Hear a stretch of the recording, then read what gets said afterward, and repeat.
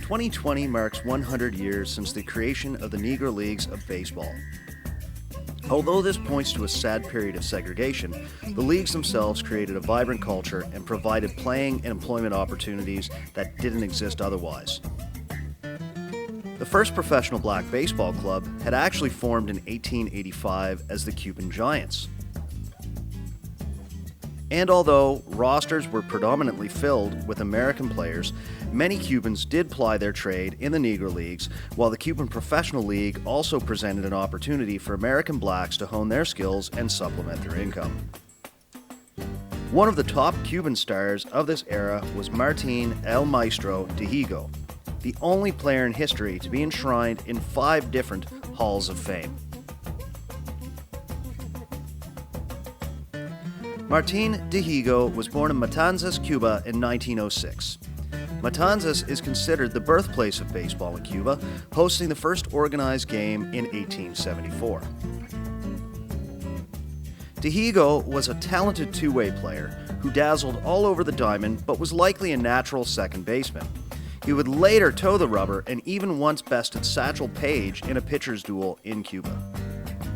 He would debut at 16 in the Havana-based Cuban Professional League, while also drawing the eye of the Negro League Cuban Stars. He would debut in the same calendar year of 1923 as a first baseman in America. Dihigo would consistently appear in the Negro League from 1923 to 1936, and again briefly in 1945. He would play all 9 positions and twice led the circuit in home runs. For many during this period, baseball was a near 365-day-a-year profession, and often saw players play in many professional leagues in different countries. Dihigo excelled in every league he played in, but his exploits in the Mexican League may have been most impressive.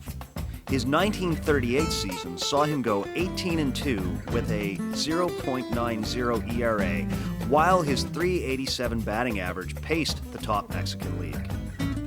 His son, Gilberto, works to keep his legacy alive to this day. His father was a patriotic man and a member of the Communist Party, but was known to be outspoken in regard to certain elements of the revolution. It is frequently quoted that Dihigo held the prominent position as Fidel's sport minister until his death. This is overstated. Martin did have a role in organizing some of Cuba's amateur sugar leagues, but it is speculated that the powers that be might not have even known his address at the time of his passing. Dihigo's legacy resides in his final resting place in Cienfuegos, Cuba, many monuments and baseball parks in Cuba, and his enshrinement in myriad baseball halls of fame around the world. The stadium's relatively full on this hot December day.